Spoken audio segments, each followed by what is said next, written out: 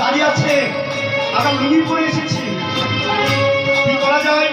এক কাজ করো, ওই লুঙ্গিটা পাগড়ি বাঁধা করে মাথা দিবে না, তাহলে কাজী সাহেব আমাদের ধরতে পারবে না, কাজী সাহেব আমাদের ধরতে পারবে না।